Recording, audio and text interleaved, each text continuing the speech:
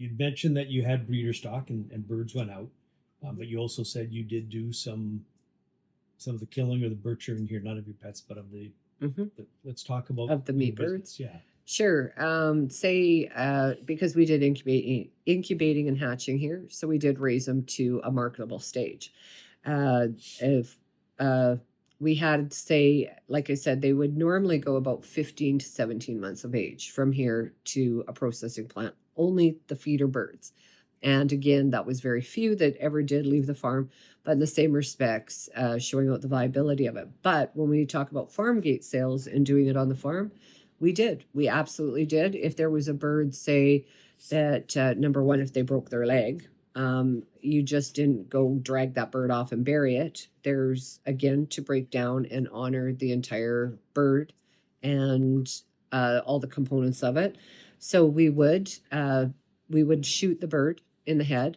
Again, I wouldn't be there for those parts of it because I incubate, hatch, raise them, love them. It's kind of hard to do that part. And even the guys, if a bird broke its leg, and I'm gonna say this was with Eric, this was with Dave. Anytime someone had to go kill a bird, they came back with tears in their eyes.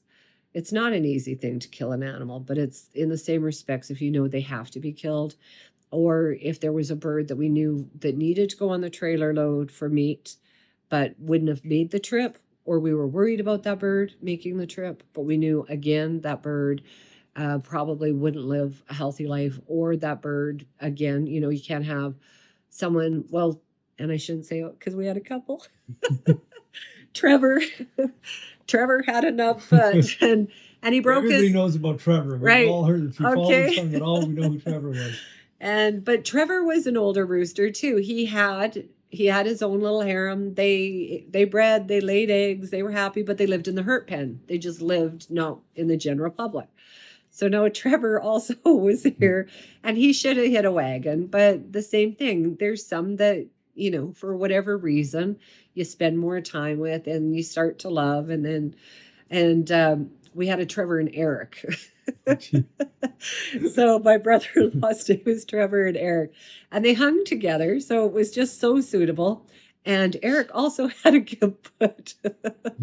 And so we kept the two of them, two that had imprinted, and they lived in the herd pen, but they both had two girls, also with leg problems, that lived a happy life in that pen.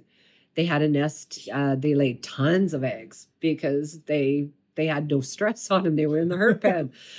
And so they didn't have to fight for anything. And everybody just got to know them. Unfortunately, 2 years, so 3 years now, Eric decided to fight through a fence with a healthy rooster, and because of the nub on his foot. He must have did it, we're thinking late evening or something, and Eric got his foot caught and twisted in the fence, and then he laid there down all night, and then with him laying down, the ravens came in and got him. So it was pretty devastating that we had lost Eric.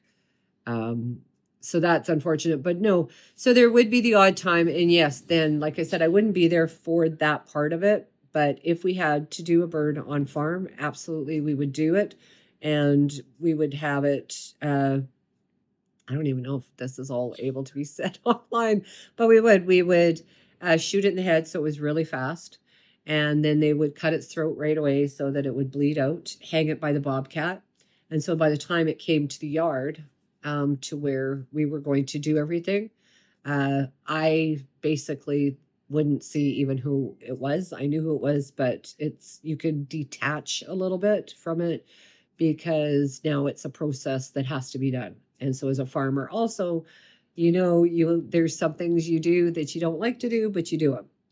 And it was the hardest thing ever, I think, was if we had someone named and they broke a leg, and so you knew you had to butcher them. That was really hard. And so I might not eat that bird. Really? And I would really try and sell its meat. No, really, eh? Because, just the association would be like, I don't want to pull out. So you avoided a bird that was going to be put down, essentially butchered until it was dead. Yep. It's easier to see a dead animal than the eyes looking at you. Yeah, Right. absolutely. People, anybody that's ever put an animal down, I've had to do it. As peaceful as it is, when they're looking at you, it's so hard. Yeah. Once they're gone, it's Yeah. easier, right? And that's what they said. Usually in that case, it would be a bird that was hurt, right? So they were already sitting down.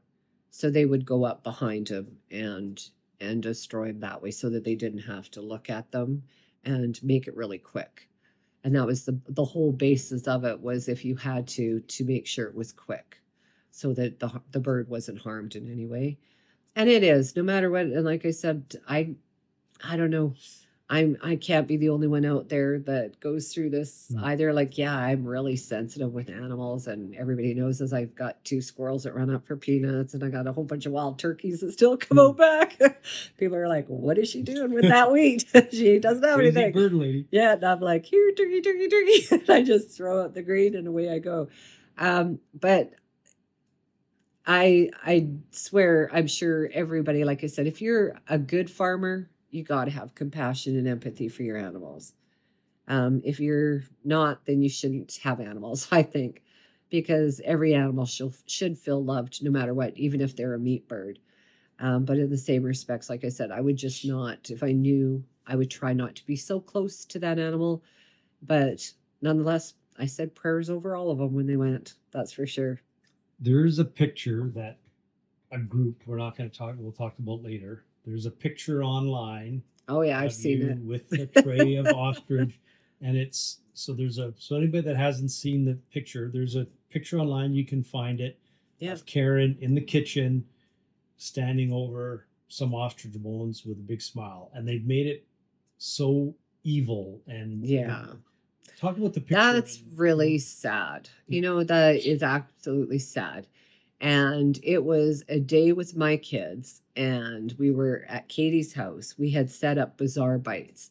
Now, as I talk about utilization and honoring an animal, the best thing is to utilize everything. The only thing we hadn't utilized were the bones. And so, why throw away the bones? And now these are big, beautiful bones. With ostrich, half of the bones are marrow bones. So as we were creating Bizarre Bites, and Katie did some beautiful work on products for dogs and dogs with hot spots. And she came up with a product called 365. It was more, at one time it was love yourself, love your pet, because it was all ostrich oil based. You could use it for yourself, but any dog with hot spots, we're getting rid of their hot spots and getting their fur back. And not only their fur back, but the most beautiful coats. At the time, we collapsed Bizarre Bites 2020 because of the pandemic, because it was just starting to take off. We collapsed Bizarre Bites because it was just too much to take on at the time. This picture was taken just before that in 2019, our last process. And again, there I am. And we've got all the bones sitting on our counter, and we were cutting some up, and we were cutting off any of the tendons, because same thing, tendons could be good dog treats. We were utilizing the entire bird. But So, anyway, you shouldn't yeah. have to explain that. Yeah, but absolutely. And that's one thing, even the Fifth Estate, and I said that I was a proud farmer. I was proud that we were showing Canada, because this is something that people don't realize. Ostrich is something that should be farmed. You look at a cow calf, you take an acre of land for that cow calf. For an ostrich hen, you need only half an acre, and that takes care of the breeders and all the chicks that hen can produce. Now, we say, if you think of a hen lays you up to 100 eggs per hen. And we say, you're going to cut out hatching mortalities, you're going to cut out chick mortalities off those 100 eggs. Fertility, everything, because we'd start usually at about 65% fertile. We'd get up to 95% fertile, which is unreal in an open flock. Normally, to obtain good high fertility, you would want them more segregated into smaller groups. But regardless of that, Oh my gosh, I kind of lost where I was going with so many. That's good. I think you covered everything. Yeah, Or did you? I don't know. Okay.